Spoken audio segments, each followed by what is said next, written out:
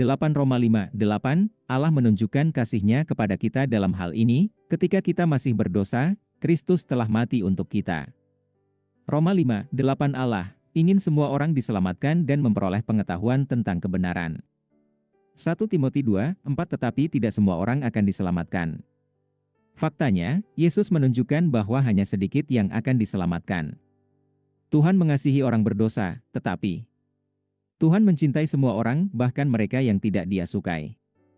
Matius 7, 13, 14, Masuklah melalui pintu yang sempit, karena lebarlah pintu dan lebarlah jalan yang menuju kebinasaan, dan banyak orang yang masuk melaluinya, karena sempitlah pintu dan sulitlah jalan menuju kehidupan, dan hanya sedikit yang menemukannya. Matius 7, 13, 14 Lukas 13, Lukas pukul 13.23 Lalu seseorang berkata kepadanya, Tuhan, apakah sedikit yang diselamatkan? Dan berkata kepada mereka, Lukas pukul 13.24 Berusahalah untuk masuk melalui pintu yang sempit itu, sebab aku berkata kepadamu, bahwa banyak orang akan berusaha masuk, tetapi tidak akan dapat.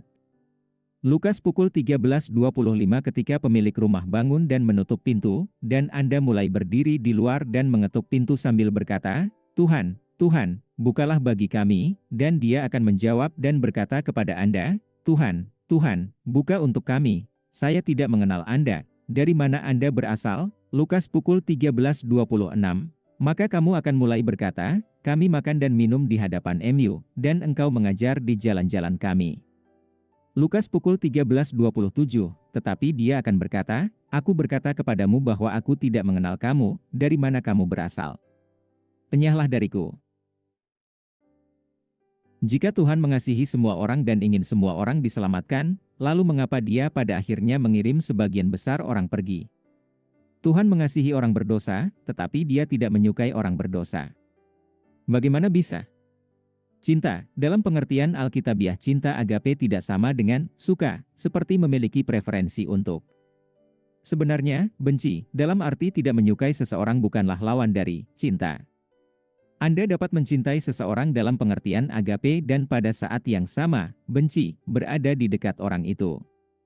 Saya membayangkan ini adalah kejadian yang sangat umum dalam hubungan orang tua, anak di mana orang tua menginginkan yang terbaik untuk anak mereka tetapi benci berada di dekat mereka ketika mereka memberontak atau bertindak sebaliknya.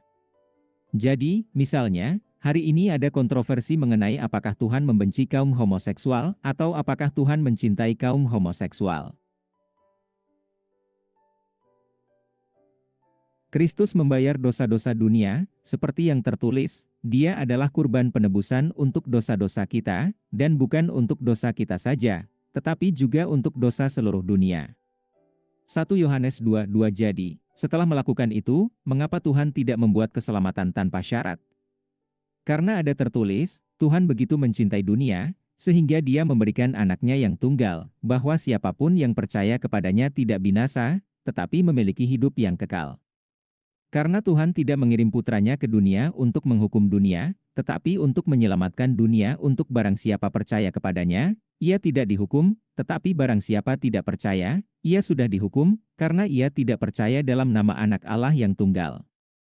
Yohanes 3, 16, 18 Tampaknya menyelamatkan orang adalah hal yang kedua, yaitu, mengizinkan orang untuk menggunakan kehendak bebas mereka untuk menerima Tuhan apa adanya. Tetapi pertanyaan lain di sepanjang garis yang sama ini adalah bahwa bagi mereka yang tidak menerima Tuhan sebagaimana dinyatakan dalam pribadi Yesus Kristus, mengapa neraka menjadi alternatifnya? Bagaimanapun, keadilan dipenuhi di kayu salib. Jadi mengapa tidak memberikan pemusnahan yang nyaman? Jika keadaan limbo tidak nyaman bagi orang-orang yang tidak percaya, mengapa siksaan abadi? Lukas 16, 23, 24, Wahyu pukul 14.11, Wahyu pukul 20.10, Matius pukul 18.34.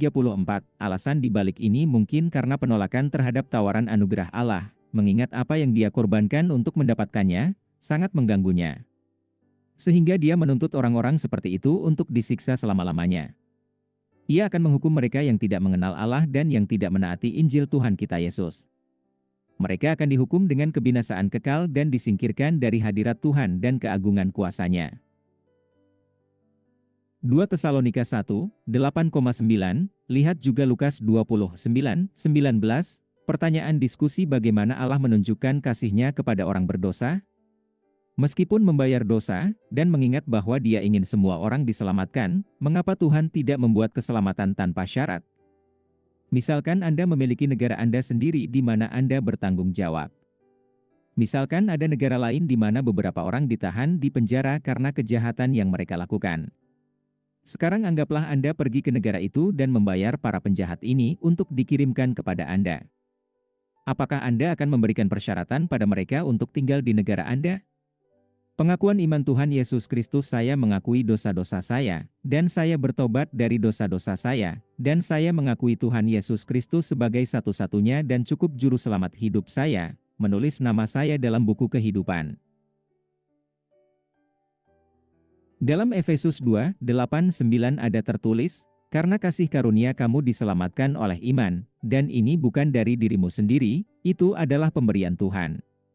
Itu tidak berasal dari pekerjaan, jangan sampai ada orang yang menyombongkan diri. Efesus 2, 8, 9 Roma 10, 9, 10 yaitu, jika kamu mengaku dengan mulutmu bahwa Tuhan Yesus, dan percaya dalam hatimu, bahwa Allah telah membangkitkan Dia dari antara orang mati, kamu akan diselamatkan.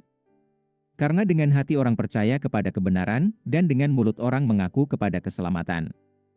Roma 10, 9, 10 menurut Anda mengapa Tuhan tidak memberikan takdir alternatif selain siksaan kekal bagi mereka yang tidak percaya?